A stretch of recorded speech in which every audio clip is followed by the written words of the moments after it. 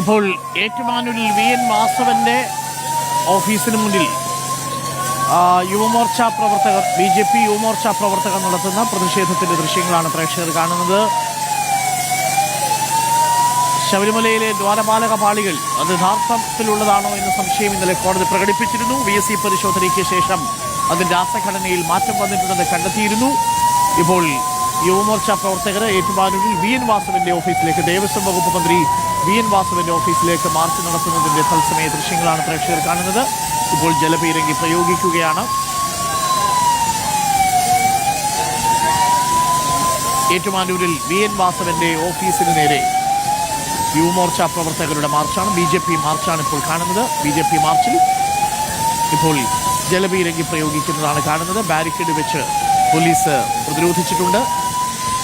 Barricade മറികടക്കാൻ ശ്രമിച്ച BJP പ്രവർത്തകരെ ജലപീരങ്കി വെച്ച് പോലീസ് നേരിടുന്നതാണ് ഇപ്പോൾ കാണുന്നത്. ദേവസ്വം മന്ത്രിയുടെ ഓഫീസിലേക്ക് ഏറ്റുമാനൂരിൽ നടത്തുന്ന മാർച്ചിന്റെ ദൃശ്യങ്ങളാണ് പ്രേക്ഷകർ ഇപ്പോൾ കാണുന്നത്. തത്സമയ ദൃശ്യങ്ങളാണ്.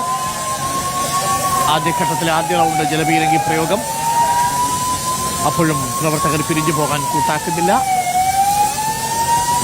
അഖിലുണ്ട്. അഖിൽ, ആദ്യഘട്ടത്തിലെ ജലപീരങ്കി പ്രയോഗത്തിലും പോലീസിന്റെ ചെറുത്തുനിൽപ്പിലും BJP പ്രവർത്തകർ പക്ഷേ പിരിഞ്ഞു പോകുന്നില്ല. ബാരിക്കേഡ് മറികടക്കാനാണോ അവരുടെ ശ്രമം?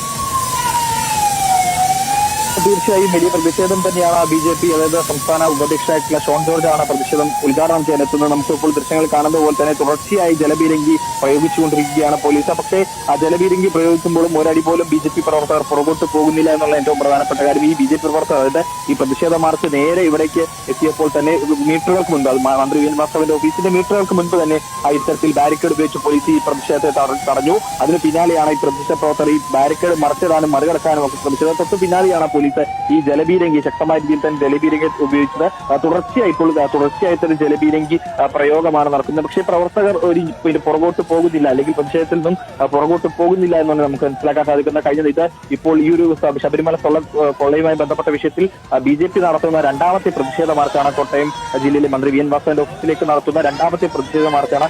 ആദ്യം നടത്തിയ പ്രതിഷേധ മാർച്ചും വലിയ സംഘർഷത്തിലേക്കും BJP CPM പ്രവർത്തകർ ഇരുചേരിയിൽ നിന്ന് പരസ്പരം ഏറ്റുമുട്ടുന്ന രീതിയിലേക്ക് അടക്കം കാര്യങ്ങൾ പോയിരുന്നു.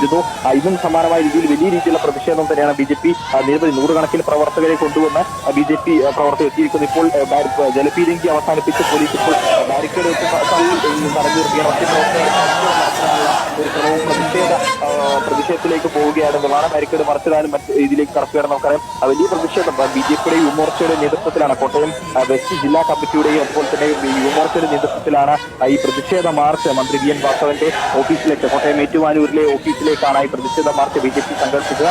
അതിലാണ് ഇപ്പോൾ ആദ്യ റൗണ്ടിൽ പോലീസ് ഇപ്പോൾ ജലപീരങ്കി പ്രയോഗിച്ചത്. പിന്നാലെ പ്രവർത്തകർ ഈ കുറച്ച് പിന്മാറിയിട്ടുണ്ട്. അതായത് ബാരിക്കേഡ് മറിച്ചിടുന്നതിലേക്ക് മറ്റേറിലിരുന്നോ ചെറിയ ഇതിൽ പിന്മാറിയിട്ടുണ്ടെങ്കിൽ പോലും ഈ ബാരിക്കേഡിന് മുമ്പിൽ നിന്നും മുൻപ് മുദ്രാവാക്യവും അതുപോലെ തന്നെ വലിയ പ്രതിഷേധവും രേഖപ്പെടുത്തുകയാണ് എന്നുള്ളത് തന്നെയാണ്.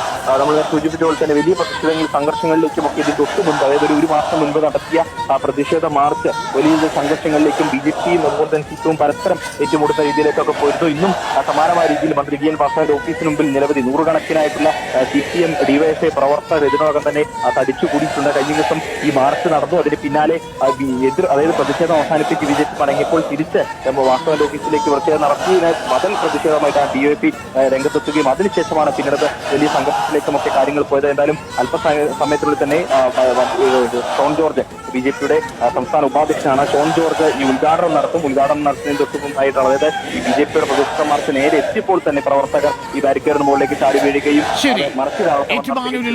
ദേവസ്വം വകുപ്പ് മന്ത്രി വി.എൻ. വാസവന്റെ ഓഫീസിലേക്ക് BJP പ്രവർത്തകർ നടത്തിയ മാർച്ചിന്റെ തത്സമയ ദൃശ്യങ്ങളാണ് പ്രേക്ഷകർ ഇപ്പോൾ കണ്ടത്.